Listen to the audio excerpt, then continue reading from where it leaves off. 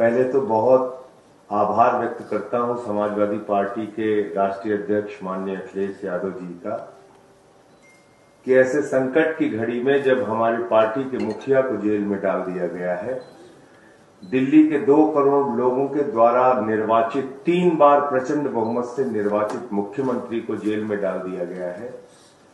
Samajwadi party के मुखिया हमारे समर्थन में दिल्ली पहुंचे, रैली को संबोधित किया।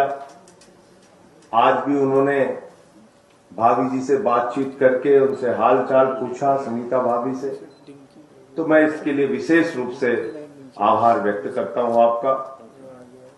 और जिस तरह से दिल्ली में भी ऑपरेशन लोटस शुरू कर दिया गया है, आपने देखा किस तरह से हमारे एक मंत्री को, जिस पे पहले ईडी का छापा पड़वाया गया और बाद में उसको इस्तीफा देने का दबाव बनाया गया।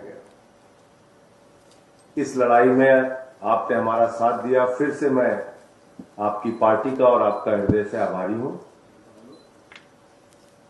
ये 2024 का चुनाव कोई सामान्य चुनाव नहीं है।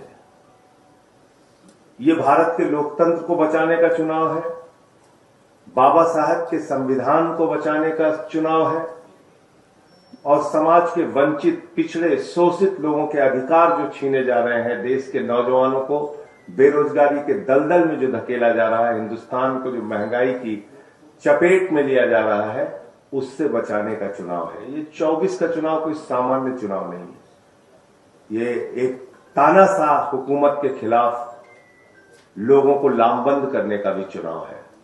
और मैं सिर्फ इतना कहना चाह रहा हूं कि इंडिया गठबंधन 2024 का चुनाव जीतेगा और समाजवादी पार्टी के जितने भी आज जो बातचीत हुई आपसे, अखिलेश जी से, अध्यक्ष जी से, जहां जहां समाजवादी पार्टी के कैंडिडेट उत्तर प्रदेश में हैं, हम यूपी का चुनाव नहीं लड़ रहे हैं।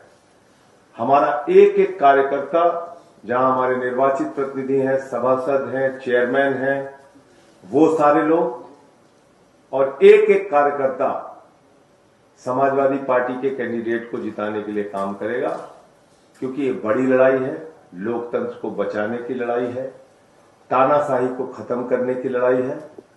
और मैं तो बार बार कहता हूं कि कोई भी राजनेता अगर वो चुनाव जीत रहा होता है तो ऐसे हथकंडे नहीं अपनाता जैसे प्रधानमंत्री जी कर रहे हैं। अगर आप अपने विपक्षियों पे मुकदमे लगा रहे हैं, उनको फर्जी मुकदमे लगा के जेल में डाल रहे हैं, तो इसका मतलब आपके अंदर कॉन्फिडेंस नहीं है। चुनाव के समय में आप ऐसी कार्रवाई कर रहे हैं।